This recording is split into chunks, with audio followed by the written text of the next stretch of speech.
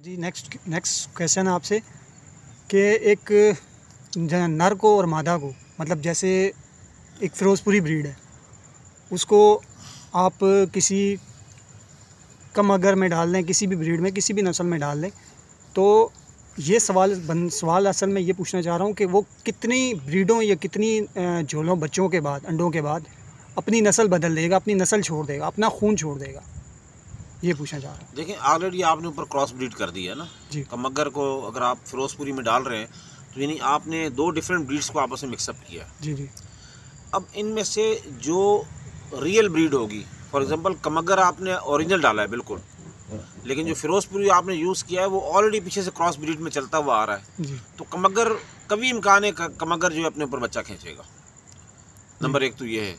और दूसरी बात ये है कि जनवरी में कबूतरी ने अंडे दिए, फरवरी में उसका बच्चा बाहर निकल कूदना शुरू हुआ, मार्च में उसके परवर आगे वो दाना पानी अपना शुरू कर देता है, ठीक है। उसके बाद उस मादी ने अप्रैल में अंडे बच्चे दिए, फिर उसने जुलाई में अंडे बच्चे किए, फिर उसने अक्टूबर नवंबर में आके अंडे बच्चे किए। तो ये चारों मुख्तलिफ वेदर्स में वो ब्रीड कर रहे हैं कबूतर।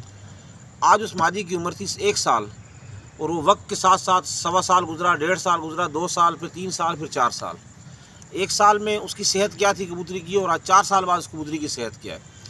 तो कबूतर और कबूतरी यानी नर जो है, जो पेयर है, उसकी सेहत, आपका वेदर, आपका दाना पानी का टाइम, आपके दाने पानी में क्या क्या विटामिन हैं, क्या क्या उसमें मिनरल्स आप उन्हें दे रहे हैं, ये बहुत मैटर करते हैं आपकी आने वाली नस्ल के ऊपर। तो अगर आप उन्हें मेंटेन रख के चलेंगे तो कभी भी पर चेंज नहीं करेगा कबूतर आपका। अगर आप उसमें कोई कोताही करेंगे टाइमिंग के अकॉर्डिंग, अब देखो कई लोग ऐसे हैं जिनके पास जाओ वो कहते हैं जी हम जून में जोड़े तोड़ देते हैं, हम दोबारा दिसंबर में जोड़े लगाते हैं, 6 महीने हम अंडे बच्चे लेते हैं, 6 महीने हम नहीं लेते।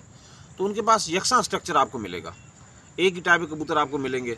और जो पूरा साल जिनके जोड़े लगे रहते हैं उनमें कोई छोटे ही मिलेंगे बच्चे, कोई बड़े ही मिलेंगे बच्चे, कुछ ज़्यादा उड़ने वाले मिलेंगे, कोई कम उड़ने वाले मिलेंगे। तो ये जो बुनियादी चीज़ें हैं ना, इन पर पहले काम करने की ज़रूरत है। फ़िरोज़पुरी और रामपुरी के बच्चे क्यों चेंज हो रहे हैं, इस पर ज़रूरत नहीं है काम करने की। ज़रूरत ये है कि किस मौसम में आप ब्रीड करवा रहे हैं उनसे, ये समझने की चीज़ें हैं। जी। चलिए इसी सवाल को उल्टा दूसरी तरफ कर लेते हैं कि मिसाल मैं ये कहना चाह रहा हूँ कि अगर आप मेरे सवाल को समझ सकें और जवाब सही व्यूअर्स तक पहुँचा सकें कि मतलब एक फ़िरोज़पुरी है, मैंने जिस तरह बताया जोड़ा लगाया, हम उसकी नस्ल बरकरार रखने के लिए, उसी की नस्ल बरकरार रखने के लिए आया उसमें वही कमगर से उससे वो नस्ल बनवा सकते हैं या नहीं बनवा सकते? देखिए इसके कि दोबारा हमें फ़िरोज़पुरी ही बच्चे चाहिए, मैं ये कहना चाह रहा हूँ। ठीक है, उसमें आप ये करें कि आपने 2 झोल लेने हैं उस जोड़े से। जी, अब सही, अब ठीक है ना, आपने उससे 2 झोल लेने हैं।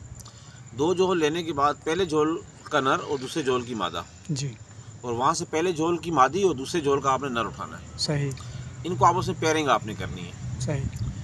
तो उसके बाद जो पैदा होने वाला बच्चा है उसमें 4 अंडे आपको मिले, 2 जोड़ों के, और 4 बच्चे आपको मिले। उनमें 2 आपको प्योरिटी की जानिब मिल जाएंगे फ़िरोज़पुरी के लिए और 2 आपको कमगर मिल जाएंगे। तो नीचे फ़िरोज़पुरी को नरमादी आप मिला दें और कमगर को फिर दोबारा नरमादी मिला दें, तो आप प्योरिटी की जानिब फिर दोबारा आगे फैल जाएंगे। बस यही मैं आपसे पूछना चाह रहा था, अब आपने सही पहुँचे बात तक। तो ये था हमारा क्वेश्चन। चले इंशाल्लाह नेक्स्ट सवाल के साथ आपके साथ मिलते हैं।